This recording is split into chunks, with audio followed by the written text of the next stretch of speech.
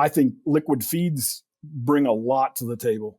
One, I think they're one of the most cost-effective supplements we have, whether it be in a TMR type product going into a feedlot or dairy situation, or a backgrounder situation, or going into the pasture in a self-fed trough product. But they're very cost-effective.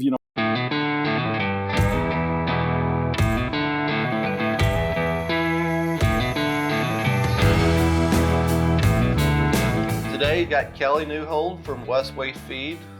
Kelley, welcome to the Beef Podcast. Thanks. I appreciate you having me today. No problem. Glad to have you. Just give you a background of who you are, what you do for Westway, and then we'll move into the topic. Well, I grew up in southeast Colorado, near Lamar. I'm the fourth generation on a ranch out there. It gets pretty dry out there. I know in 2001 we had less than a quarter inch of rain all year, so we know pretty hard times. My grandparents made it through the dirty 30s there in the Dust Bowl, and so it's a pretty hard place to make a living, but we've done it for a while there anyway. And I went to school. I got my bachelor's degree at Oklahoma Panhandle State in ag education, and I taught BOAG in southeast Colorado for 2 years. And then I got to know John Wagner. I think he was on the podcast earlier, but he was on the school board, and I took kids out it was when he was in Lamar doing the research station there. And we got to know each other pretty good. And he had an opportunity for an assistantship, and he knew I was interested in getting a degree in ruminant nutrition. And so I went on board, and under him and Terry Engel, I got a master's and PhD at Colorado State. So I did mostly feedlot mineral metabolism. I did some sulfur studies. It was back when distillers were a big thing. We did some storage of wet distillers and that kind of stuff. Also did the little cow-calf weaning and some implant stuff, but it was a good time. I really enjoyed my time with Colorado State. So what do you do for Westway? I'm technical support manager for their beef cattle. Okay. And I cover the Western United States. So I cover the Panhandle of Texas all the way to California, up to Idaho. I help a little in Canada and Mexico, and over to say Minnesota and Nebraska, and kind of feedlot country anyway. Big range of different environments, different needs. For sure, yeah. It's Eastern Kansas is a lot different than New Mexico, right, or Arizona. Right. So it's a vastly different. Yeah, and what those requirements are of those cows may be the same, but the way they get those nutrients and we meet those requirements is going to be a lot different. Well, that's a nice segue into the topic of liquid feeds.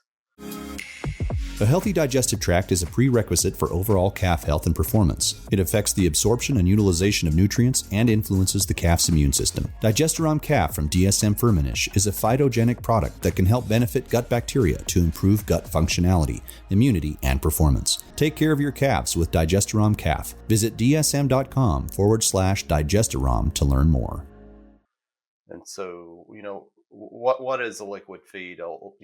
It's a highly utilized product. It's utilized a little differently across feedlot backgrounding yards to cow-calf operations, but go into some detail of, what is liquid feeds and how do y'all utilize it? Sure. I think probably when most people think about liquid feeds, they think about like our range products that are delivered out to the cow-calf by a dealer. They would have a trailer. They bring out liquids, put about a ton of liquid in a lick wheel feeder, and those cows have that 24/7, 365, right? And it would be a protein, probably molasses-based product. We would use some urea and other products like that to bring in some nitrogen for crude protein. They're typically fortified with some vitamins and trace minerals as well. And then they typically, most of our range diets won't need calcium. They will need some phosphorus, so we'd add some phosphorus. One thing I do like about liquid feeds is we have a a highly available source of phosphorus. Typically, most liquid feeds use phosphoric acid to bring the phosphorus in, and it's highly available to those animals. Helps control some of that intake, and it also helps with the urea metabolism and kind of slows down that urea release in the rumen, so makes it a little more stable. I know a lot of producers out there are concerned about urea, and some people urea is a bad word, but it's really a great cost-effective protein source for those cows. We just have to make sure that we're doing it in an appropriate manner. We have to have some readily available energy in those rumens, such as sugar that we're adding through the molasses, and then maybe some other ways to control the release of it with our phosphorus. So why liquid feeds? Why would a producer look at it and say, I should be feeding a liquid feed, or that fits my operation? I think liquid feeds bring a lot to the table. One, I think they're one of the most cost-effective supplements we have, whether it be in a TMR type product going into a feedlot or dairy situation, or a backgrounder situation, or going into the pasture in a self-fed trough product. But they're very cost-effective. Basically, I mean, if you think about cook tubs, they're basically liquid feed that's had the moisture baked out of them, right? So, and it's very expensive to put the gas and the energy to cook that liquid out of there. So if you're comfortable with a cook tub or a molasses-based press tub or cook tub, you should be comfortable with a liquid product, because it's going to be more cost-effective and probably have more ways to control the intake in that product than we would just putting a tub out there, right? The only real intake we have on tub control would be putting a salt block on top, or putting more tubs out, or taking fewer tubs out. Whereas with a liquid feeder, we can adjust the pH of the product. We can adjust the where the feeder's at. We can slow the wheels down, put a brake on the wheel, or let fewer wheels be exposed, so we can control that intake very well on our feeders. And I think we do a great job of controlling the intake. So it's cost effective. It's 24/7, 365, right? Those animals should have that liquid out there all the time. It gives those rumen microorganisms the nitrogen and the sugar source they need to really make that microbial population explode and get good fiber digestibility.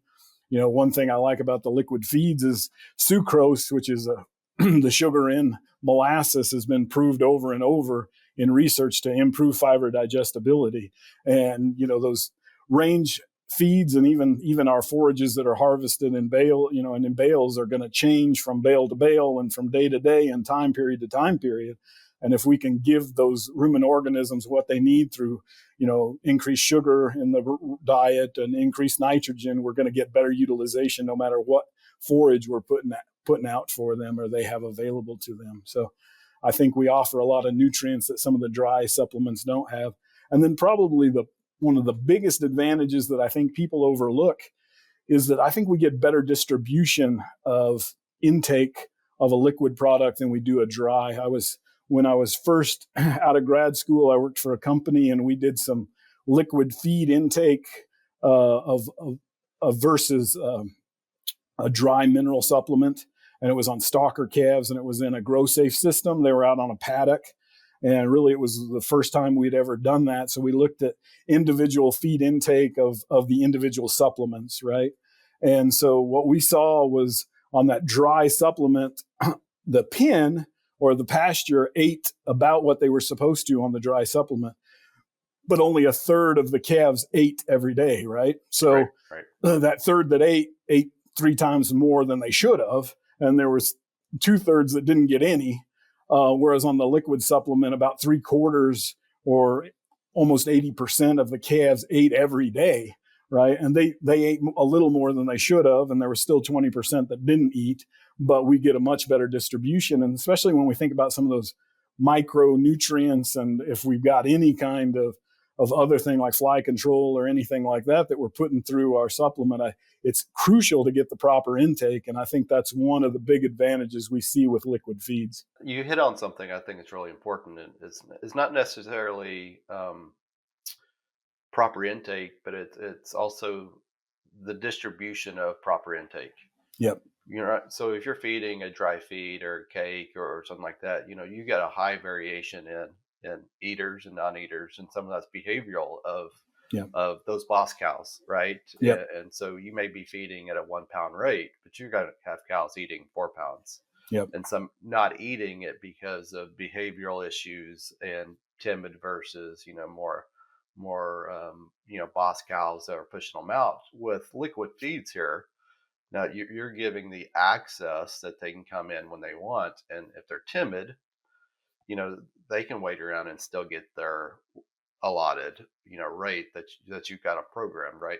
Yeah, and we've got, with most of the liquid feeders, we have multiple lick wheels that, so it's not a single animal eating at a single time. It's a group feeding, and so yeah, a lot of those timid animals, have more time to get there and more availability to get there, and so it really does work well.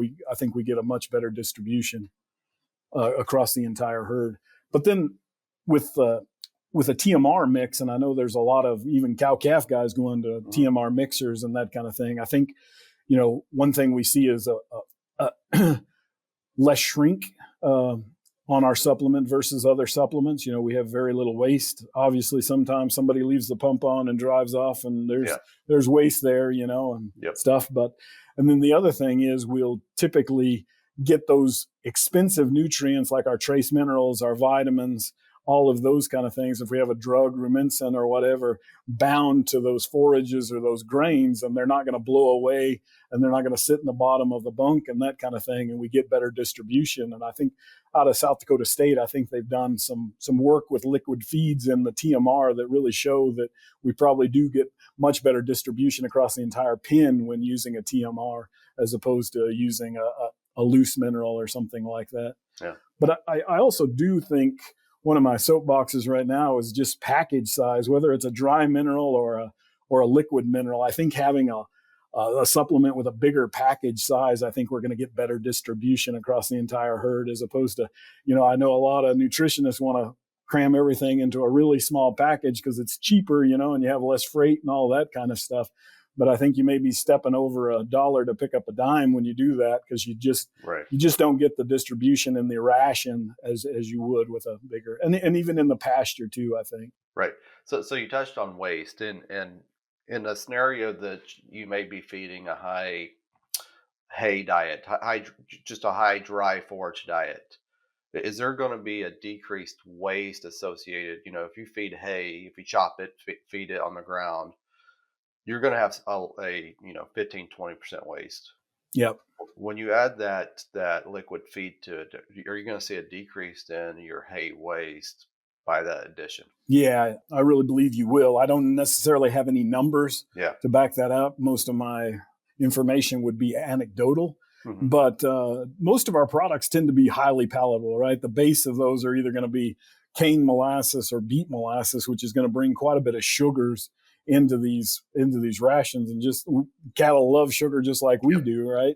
And so anytime we can add something that's sweet onto some of those coarser forages or less palatable forages, we're going to encourage intake. I know a guy at one time, he had a bunch of tumbleweeds blow into his fence row. And of course, you can't burn those tumbleweeds because you're going to ruin the barbed wire fence.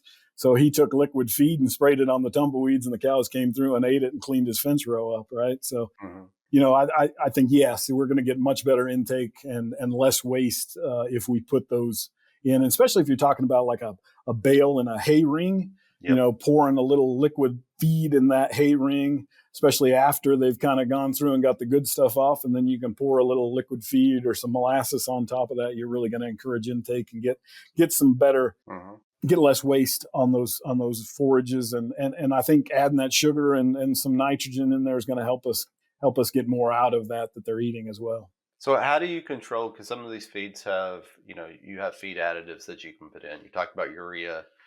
How do you control dispensing of, especially in some of these lake tub scenarios of, you talk about producers being nervous about feeding a urea-based protein source and having a free choice in that manner.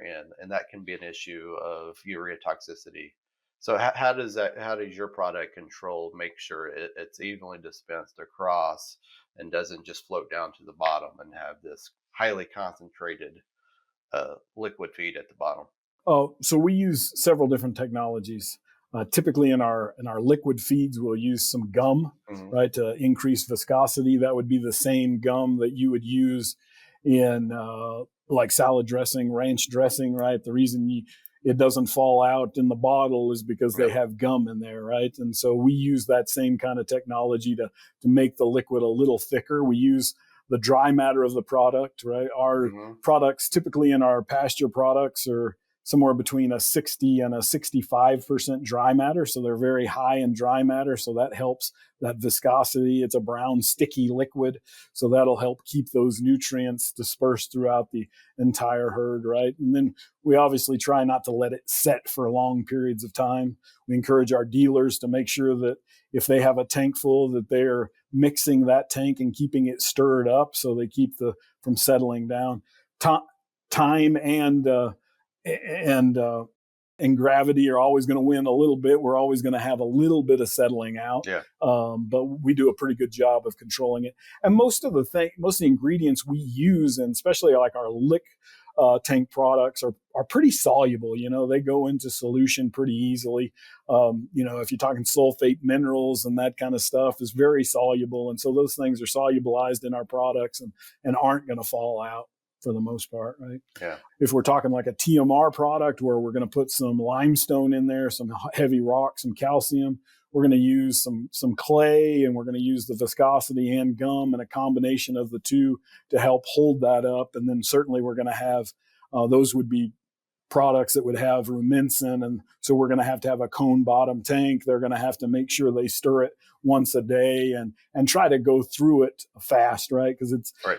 fallout is both time and gravity. So if we shorten that time, it's going to stay in better suspension. So you touched on a few feed additives of your mineral packages of urea, rumensin. What additives are available in your products? Right. So we pretty much have any additive available in our product that most dries would have. We can put fly control. Yeah. DSM, we put vitamins in ours. We can put the toxin binders. We can put rumensin or any of the other ionophores in our products. Now, depending on whether it's a TMR product versus a range product, right? The government will say what we can and can't do for that. But trace minerals, organic and sulfate trace minerals, we can certainly put in our products. We can put some crude protein in our products. And we can put flavor enhancers.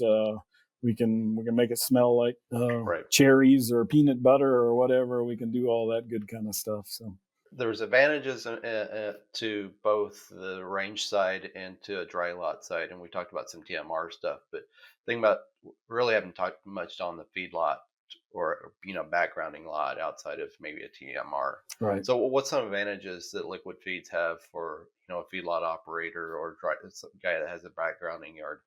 Yeah, that's a great question. I think TMRs are an excellent spot for liquid feeds, right? Because we can deliver our macro minerals, our calcium, our phosphorus, magnesium. We can deliver all of those through a TMR. We can certainly deliver our trace minerals, our vitamins, protein, and we get a better distribution across the entire ration. And then the other thing is our carrier is a highly palatable, energetic carrier, right? Because molasses, it makes a great carrier as opposed to using salt Yep. or calcium or something else like that may not be as beneficial to the ration as what our molasses would be. But I think reduce shrink. We reduce sorting. We see that in dairy diets and in feedlot diets. And so I think all of those reasons make it a beneficial product for those guys, right? Yeah, definitely. I think ease of using it. Most of them, we can set them up with a little button or a remote, right? They can even do it from the cab of the truck and turn it on and turn it off, and it really makes it pretty easy to use and user friendly as opposed to breaking bags and doing that kind of stuff. Yeah, yeah. So in terms of, make sure you're feeding, our rumensin at a certain rate, not overfeeding rumensin, urea, etc. How does a small backgrounding lot control that from dispensing that into their feed wagon? Yeah, I mean, it would be off of weight. You can do it off of time. Most of our liquids are pretty consistent. So if you time it and you know how much weight you need, you can turn it on and turn it off. Um, if you're talking about buying a bulk dry supplement where you're going to have to put it in with a loader versus ours is much much less variable, and you're going to get fewer mistakes and fewer feed Yep. batching problems and that kind of thing.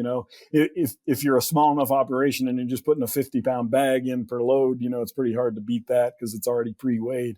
But then you've got to work with the bag, and then you've got to make sure the wind's not blowing, that you're not losing that shrink as you're putting it in, and that kind of thing. And that is one big thing, that shrink as you're putting it Yep. in. Those are your It is. most expensive nutrients, right? That's the most expensive shrink you can have. And a little bit goes a long ways of those. If you're talking grams per head per day or milligrams per head per day, if you miss out on a couple pounds of your supplement, that could mean that several animals, if not the whole pen, don't get the right dose of that product for the day. And if you're talking, fly control or something like that, it may cause a real issue. Especially in terms of underutilization of a product that may cause some resistance down the road because it was not Yep. working at the correct rate. No, for a lot of small producers that have the inability to measure, I think that's one great benefit, is that instead of them trying to measure something out, that they may get very inaccurate of mixing rumensin Yeah. and not mixing at a rate that they should because they couldn't measure it. I see that's one big advantage of going to a liquid feed, is that it makes it easier to do the math. Yeah, it certainly does. And the other thing is, Yep. we're pretty lucky that we have, most of our plants are full suspension, so we can add calcium, we can add the heavy rock, so we can pretty much have one supplement that does everything, right? As opposed to, and we're a big enough company at Westway that we can get those Right. micro ingredients and put them in, and we can make changes fairly quickly. Now, we can only make it, if you're only feeding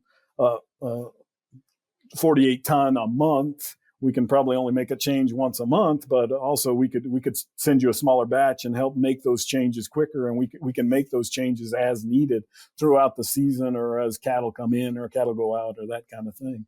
And our products tend to be very stable too. Right? These things are not going to rot and spoil. Right. They're very stable in the tank. We're not going to lose the protein. It's not going to degrade. It's just a nitrogen source, right? So we're not going to have to worry about heat. We do have some acid we put in there to control mold and that kind of stuff, and those are very resilient. So we also obviously want to use it up as fast as possible so that we don't have any fallout. But Right. but it's a stable product, and as long as you're recirculating it, you can feed it for quite some time. And most guys need to recirculate that every day, every other day. Especially if it's a heavy suspension, Yep. calcium product, feedlot kind of product. Yeah, every day for about 10 minutes is all we recommend. You want to get it good and stirred up. If you're talking about like a product, cow calf range type product that wouldn't have calcium added and that kind of thing, we're talking about once a week probably, right? It certainly doesn't need it every day, because those products aren't quite as heavy and aren't as hard to keep in suspension. No, definitely from a efficiency standpoint of you got a complete package that you can feed versus you're mixing multiple things. And so it makes your efficiency, your labor, time, effort, you definitely cut those down quite a bit by having a complete package that you can feed within your feedstuffs. And most of the time, even if we're in an operation that has, several different rations they're feeding, starter cattle versus finisher cattle versus growing cattle, that kind of stuff, we can typically formulate a liquid supplement that would hit all of them, right? So we would just, for different rations, we'd change the inclusion rate as opposed to changing a different supplement, and get the job done very well. And so they do make it make it very nice. And like you said, labor is a huge thing. I don't know that I go on an operation anymore that doesn't have some kind of labor issue, right? Yep. Either Right. people wanting time off or not good help or can't get help or whatever it is. And so anything we can do to help with that labor situation, and I think liquid feed's a good way forward. It's time for our famous three. So Kelley, to wrap us up, I've got 3 questions for you. Okay. So the first one is, what is your go-to highly recommended beef resource, book, website? So I would probably, I take the beef NRC 1984 almost everywhere I go. One, it's thinner. It's pretty easy, user friendly. The longer we go, the thicker they get, it seems like. So it has most of the information I need on it. So that's probably my go-to beef resource. Oh, it's great resource. Yep. So second is, what is a book that you highly recommend someone read that's a non-ag book? Well, I made mention a little bit of my heritage, and like I said, my grandparents made it through southeast Colorado during the dirty 30s, and that was really the epicenter of the dirty 30s. Yep. And so I've read a book that's The Worst Hard Times by Timothy Egan. Okay. And it's not the easiest read because it starts to get a little long and drawn out, and you're like, oh man, is this ever going to end? But I can't imagine that's the way they felt in that time period, right? Yep. Is this drought ever going to go away? Is this dust? In fact, my dad had a sibling that died because of dust pneumonia during the 30s. So it was real and alive in my family. So it's a really, really good book. I enjoyed it. Good. And lastly, what is something that you see that a highly successful beef professional does that sets them apart?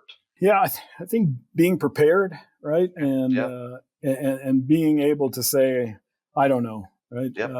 I think too many people want to give an answer whether they know the answer or not, and I'm certainly not afraid to say, boy, I don't have the answer, but I'll find it, or we'll get to it as best we can, and Yep. I think that helps. No, it's a great response. I think so many times, especially us with PhDs, we tend to think we know everything, or and so being able to say I don't know is a great response. Yeah. Well, Kelley, thanks for jumping on the podcast. I enjoyed it. I know a lot of people will probably get a lot out of the conversation on liquid feeds and learning more about it.